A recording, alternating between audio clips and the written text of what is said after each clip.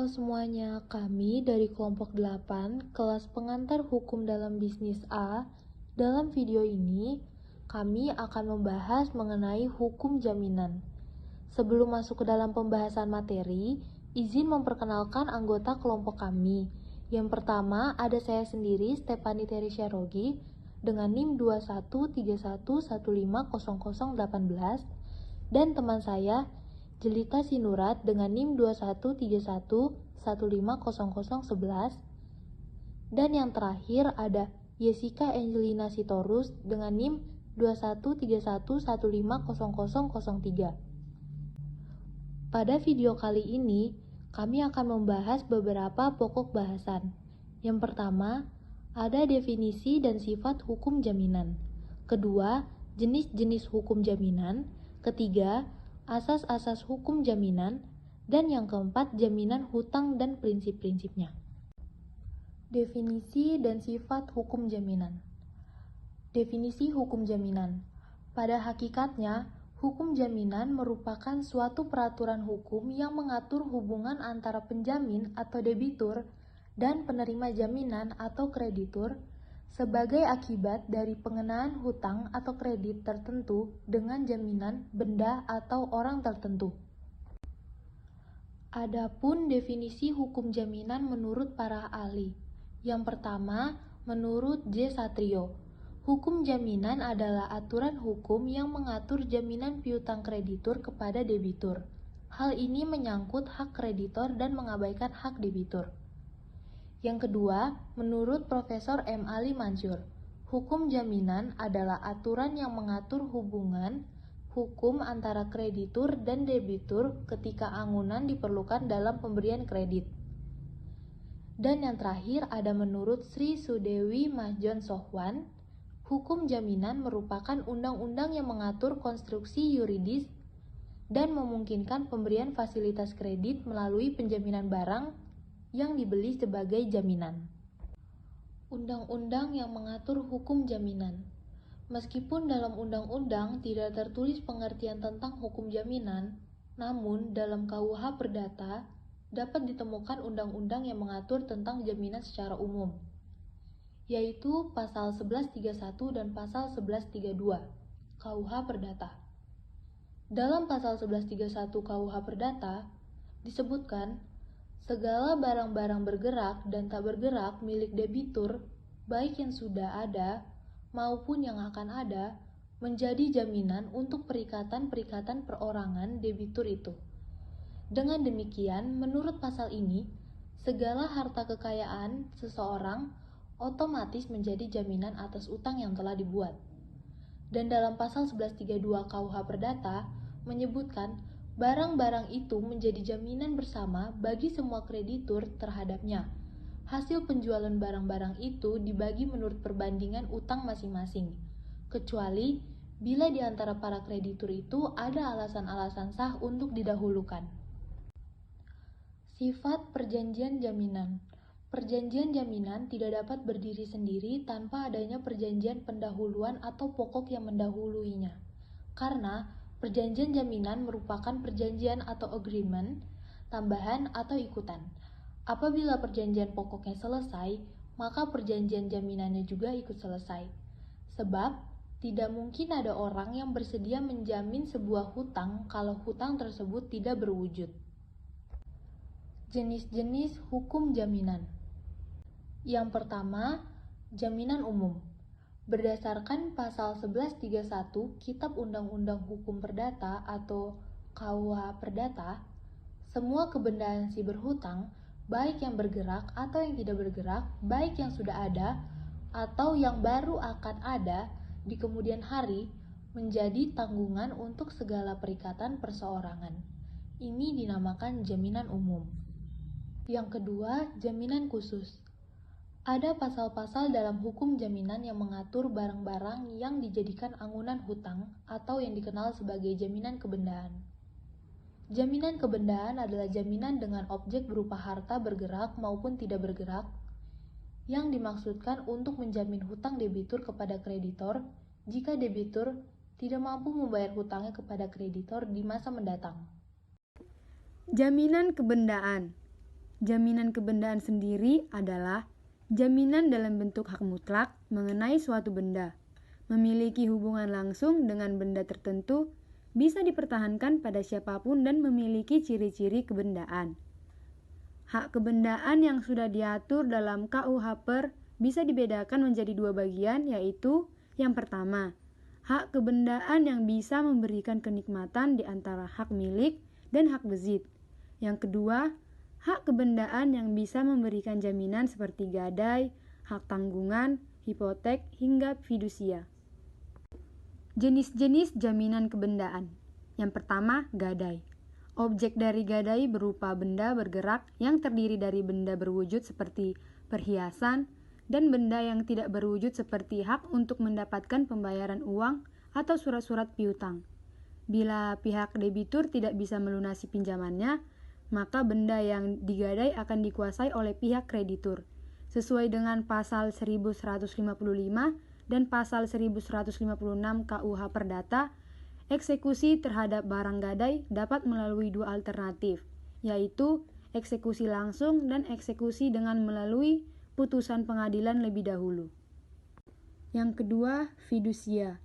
Fidusia adalah pengalihan hak kepemilikan suatu benda atas dasar kepercayaan dengan ketentuan bahwa benda yang hak kepemilikannya dialihkan tersebut tetap dalam penguasaan pemilik benda.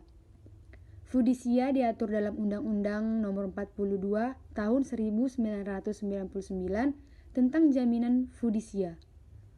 Objek fidusia berupa benda bergerak, baik yang berwujud maupun tak berwujud, dan benda tidak berwujud khususnya bangunan yang tidak dapat dibebani hak tanggungannya sebagaimana dimaksud dalam Undang-Undang Nomor 4 Tahun 1996 tentang hak tanggungan. Yang ketiga, hipotek. Hipotek adalah suatu hak kebendaan atas barang tak bergerak yang dijadikan jaminan dalam pelunasan suatu perikatan. Dalam hipotek, yang menjadi objek adalah kapal dengan isi 20 meter kubik. Hal ini diatur dalam pasal 1162 KUH Perdata sampai pasal 1232 KUH Perdata dan Undang-Undang Nomor 17 Tahun 2008 tentang pelayaran bab 4 hipotek dan piutang pelayaran yang didahulukan. Bagaimana bila debitur tidak memenuhi kewajibannya? Berdasarkan pasal 1178 KUH Perdata, eksekusi terhadap hipotek dalam hal debitur wan prestasi atau ingkar janji, maka kreditur selaku pemegang hipotek atas kapal berhak untuk melakukan penjualan secara lelang di muka umum atas kapal-kapal yang sudah dibebani dengan hipotek. Hasil penjualan kapal tersebut digunakan sebagai pelunasan kewajiban debitur kepada kreditur. Jaminan perorangan.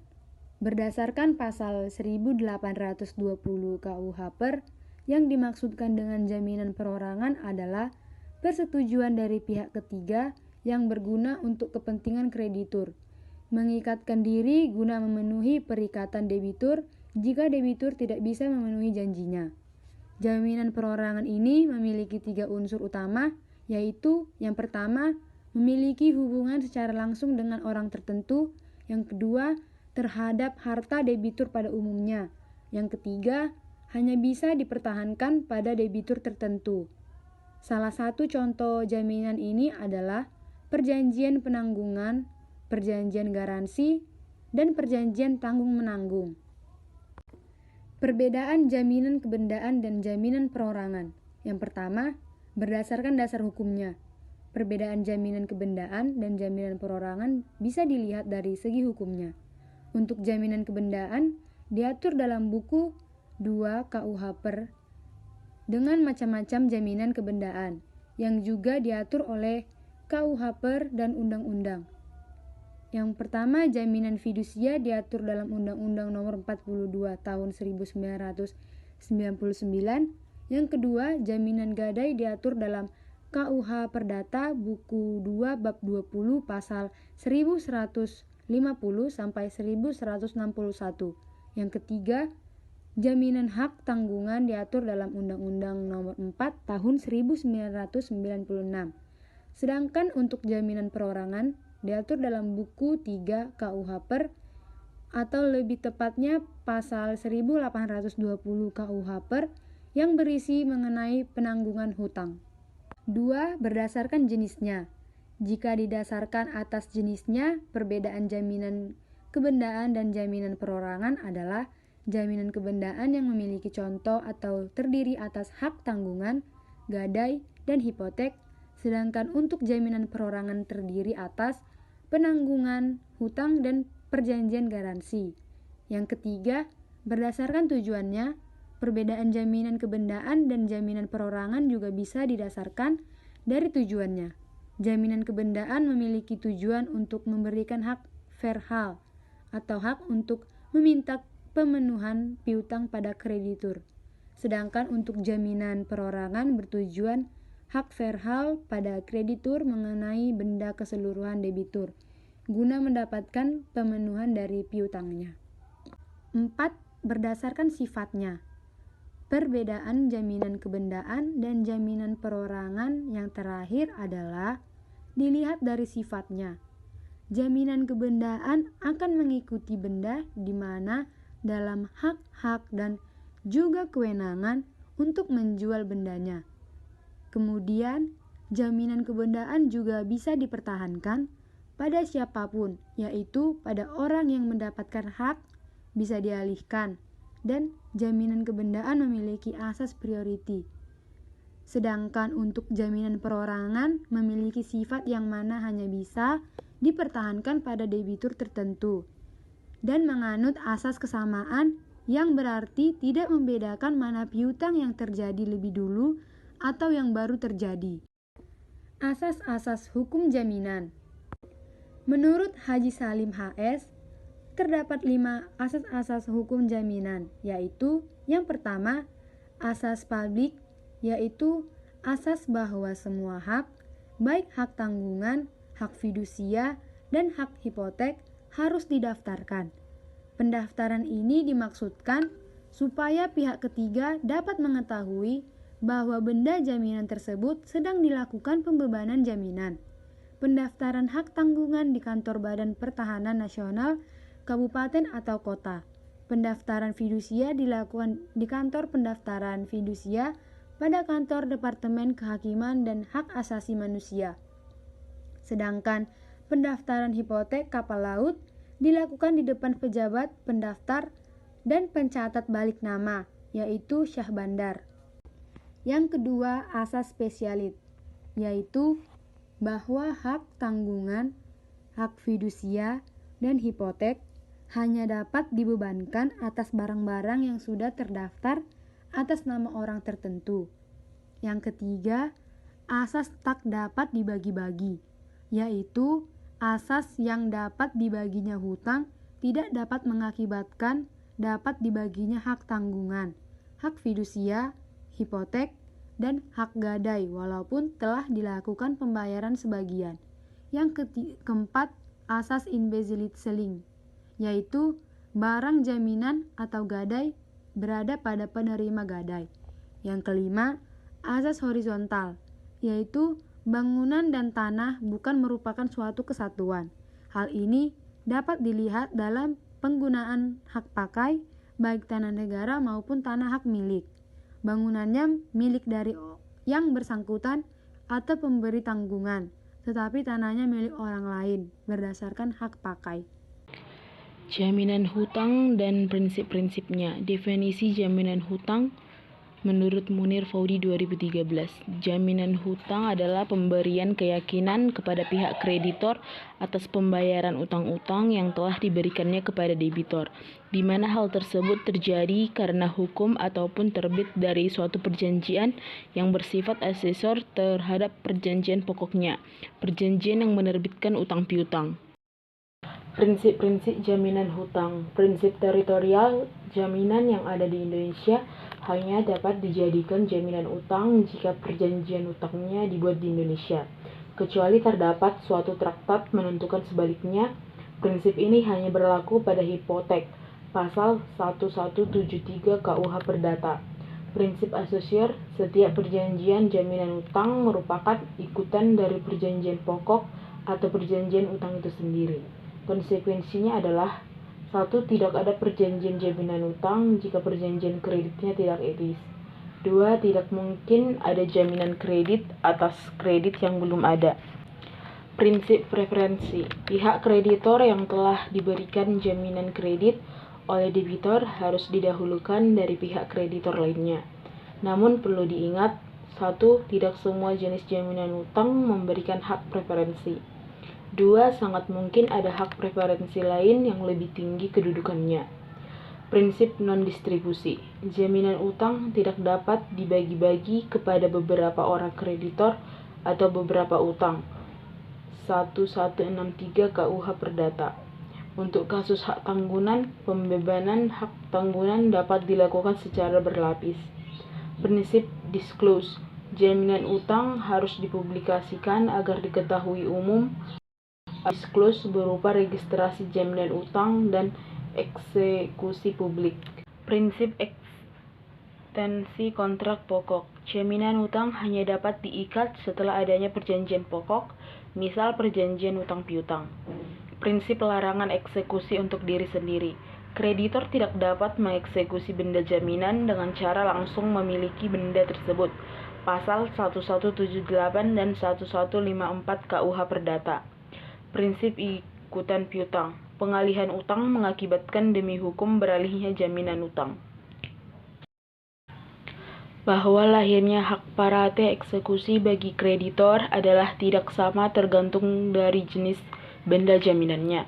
Apabila jaminan tersebut berupa benda gadai dan fidusia klausula, kuasa menjual tidak perlu diatur dalam perjanjian karena hak parate eksekusi telah diberikan oleh undang-undang untuk demi hukum atau by hukum ketika debitur wan prestasi. Sedangkan untuk lahirnya hak parate eksekusi dalam hipotek dan hak tanggunan harus dengan tegas diatur dalam klausula perjanjian tersebut karena apabila tidak diperjanjikan maka ketika debitur wan prestasi maka kreditor tidak mempunyai hak parate eksekusi. 3. Mekanisme eksekusi di dalam jaminan kebendaan. 1. Hak parate eksekusi. Pada semua lembaga jaminan kebendaan, baik gadai, hipotek, hak tanggungan, dan jaminan fidusia, disediakan sistem eksekusi agunan yang mudah. Bila mana debitur wan prestasi, maka kreditor diberikan kewenangan untuk melakukan eksekusi agunan yang mudah, sederhana serta cepat dan tidak merupakan lembaga hukum parate eksekusi. Model ini bertujuan untuk memudahkan penjualan lelang objek jaminan di hadapan umum akibat debitur wan prestasi sehingga pelunasan piutang kreditor relatif cepat.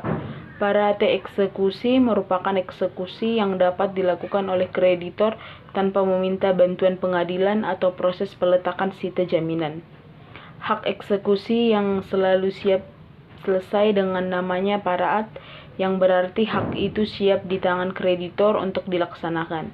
Hal ini sebagaimana diatur pada pasal 1155 Kitab Undang-Undang Hukum Perdata, KUH Perdata, pasal 1178 KUH Perdata, pasal 6 JO, pasal 20 ayat 1 huruf A Undang-Undang Nomor 4 Tahun 1996 tentang hak tanggunan atas tanah beserta benda-benda yang berkaitan dengan tanah, UUHT, dan pasal 15 ayat 3 JO, pasal 29 ayat 1 huruf B Undang-Undang Nomor 42 Tahun 1999 tentang jaminan fidusia atau UUJF.